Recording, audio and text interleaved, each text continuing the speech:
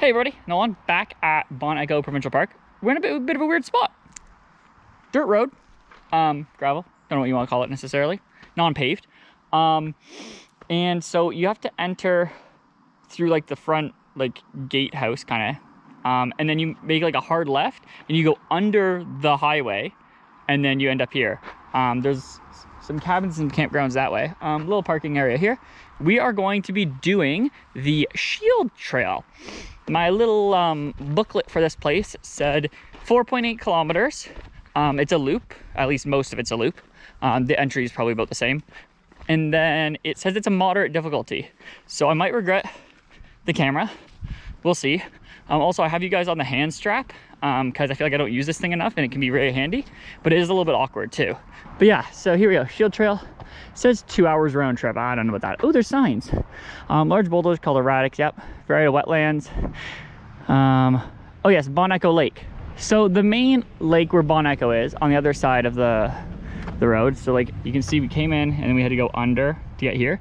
If you keep going this direction to the main campground area, there's Mazenau Lake. That's kind of like the main area. This is kind of low-key side a little bit. But there is a Bon Echo Lake now that I've realized. So that's cool.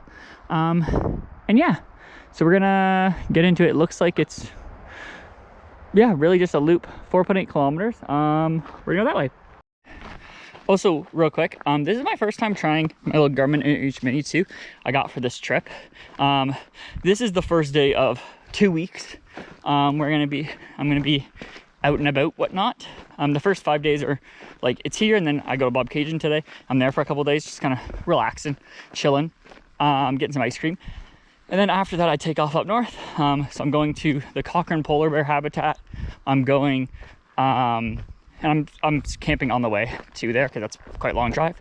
And then I went from Cochrane to Thunder Bay. I have a night at Sleeping Giant, a night at Quetico, and then a night back at Sleeping Giant. And then I'm off to Puckassaw. I have a yurt. Nope. I have an authentic booked there. Actually, I think it's the same one I took last year, which nobody wants, I guess. I don't know. Anyways, I have that for 2 nights.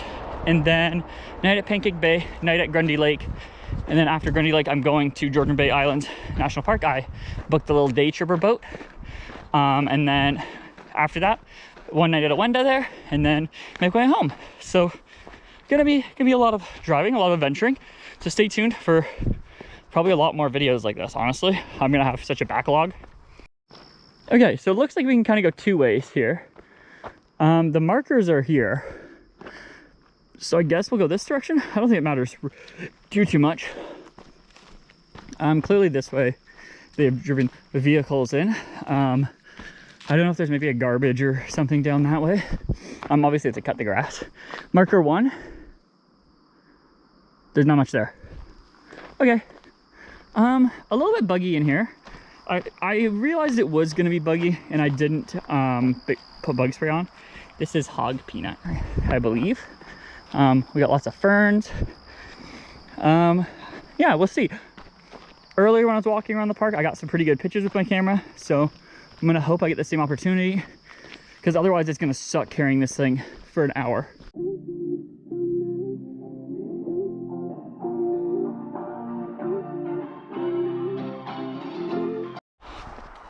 So I've realized that I forgot my bear spray in the car.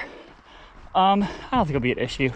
Like, I don't know that anybody comes on this trail, let alone somebody's come on it today, because I mean it's 9:30 on a Saturday, so people are probably just chillaxing. Probably lots of people just getting up here or just leaving. I don't think it should be a big deal.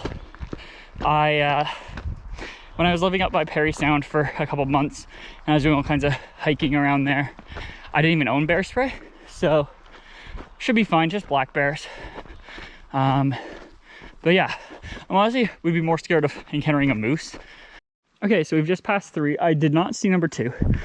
Shield Trail makes a hard right. Not sure what that is. I assume it's like a logging trail, or at least an old logging trail.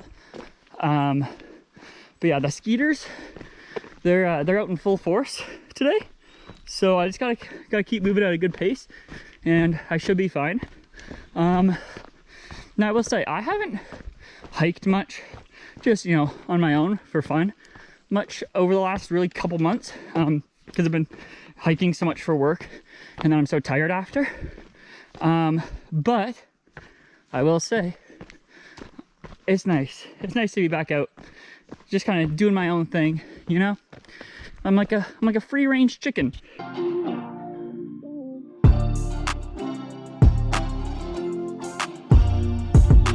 Now, if I had to guess, number 5 here is probably this glacial erratic. So glacial erratics, let me spin you around. Glacial erratics are basically rocks that when the glaciers were receding, they kind of went back and forth a little bit. So they would have picked up a rock like that a little farther north. And then when they came back down and then melted, they would have dropped it. So it's kind of rocks that aren't supposed to be where they are. But glaciers put them there, so that's kind of cool.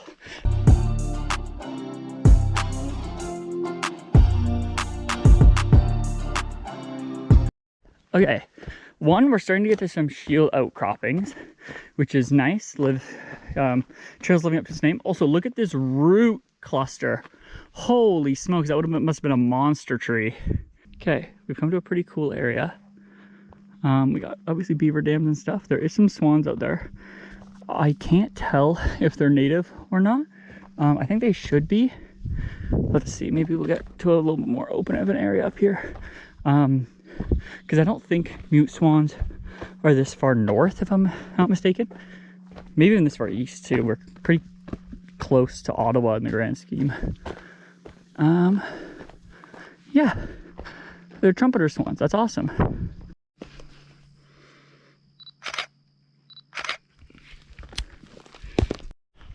For anybody watching who might not know, so there's 3 types of swans you can find in just leaf. You can find in Ontario. So there is trumpeter swans, which are those guys out there, black beak.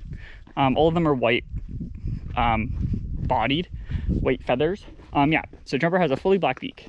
Tundra swan, they have a black beak with a little bit of yellow kind of at their crest of it, I guess you could say, the base of it. And then there's mute swans, which have usually a mostly orange beak. Sometimes they can have a little bit black at the base. Those ones are not native. So trumpeter and tundra, both great. As you can guess, tundra, they migrate pretty far up north. And then mute swans, they're only, like for Canada at least, they're in southern Ontario. There's like 3,000 of them or something. And then there's some out in BC. So I don't think they're able to survive the whole time. And I actually am way closer to them, so I might get another picture here. It's hard to see, but there's like 4 beavers. I think they're beavers out there. Maybe they're muskrats. They're kind of fighting over there or something. I don't know. Get some pictures. I'm mistaken, guys. They are something in the otter family. And there's actually a bunch more way over there. So I'll have to look at the pictures and try to figure it out, let you guys know. Pretty cool. But then the swans right here. Well, I'm gonna leave that crew alone, I think. We're gonna continue on our way. I believe this is Bon Echo Lake, if I'm not mistaken, I want to say. I don't remember passing sign number 9 though. 9 is where Bon Echo Lake should have started, so I'm not too sure.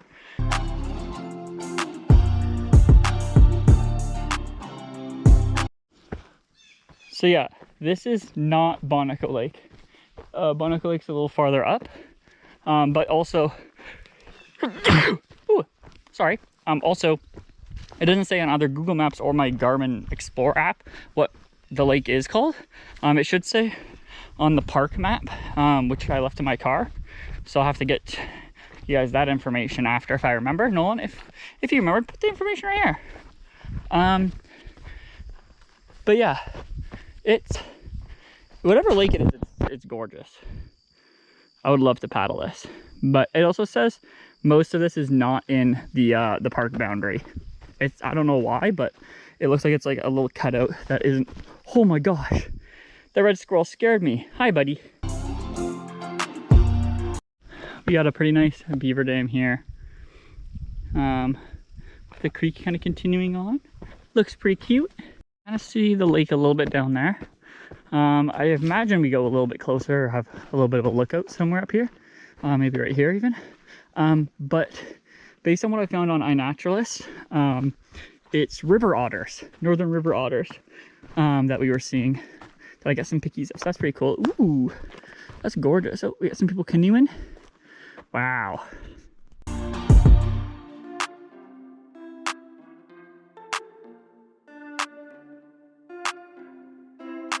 We're right down by the water now, walking through this lovely cedar forest. It's not the easiest to figure out where I'm supposed to be walking necessarily in here.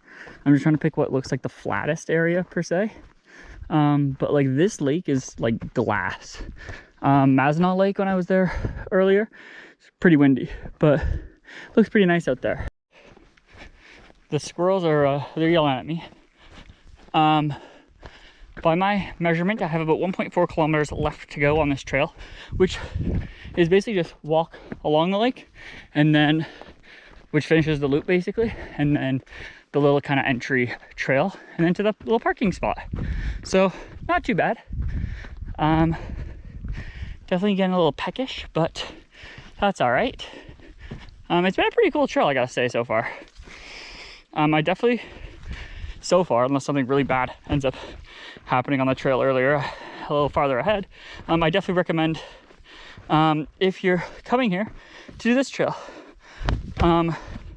Obviously check out like the Narrows, that's pretty cool. Go for a paddle if you have the means to. Now Mazenot Lake is, there's lots of motorboats on there because the park doesn't own the whole shoreline. So there's lots of like private cottages and whatnot on there. So you have to keep that in mind, to be careful there. This one, the park owns the whole boundary of. So the only motorboat that could be on there, I guess, would be a park one. So very, very chill. Ow! I also did the High Pines Trail here the one time. I don't think I'd recommend that one. That one kind of sucked. And then there's also the Creek Trail, which, like, I would say do if you're like in that area, you know, like don't go out of your way to go do it like I did it, because it was pretty lackluster.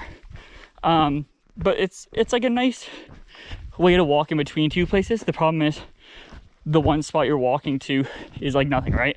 Like sure, there's the beach there, but the other end of it is just a road. We found number 10, which is the last sign. I've found most of them. I didn't see 8, 4, or 2, I believe.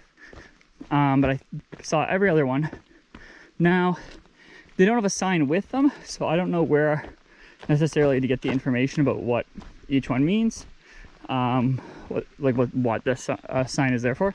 There was the one that was obviously the glacial erratic. There was one that was like a hemlock forest. I assume number 9 was the lake, because it kind of was like as soon as you got to the lake. Don't know what 10 there is. Yeah, a little bit of signage kind of being like, hey, this is, you know, what it is, would be awesome. Okay, we are back where it diverged. So we just got a little walk this way. That lake isn't even labeled on the maps, so who knows, mystery lake we'll call it. But yeah, that's it for me. Bye bye.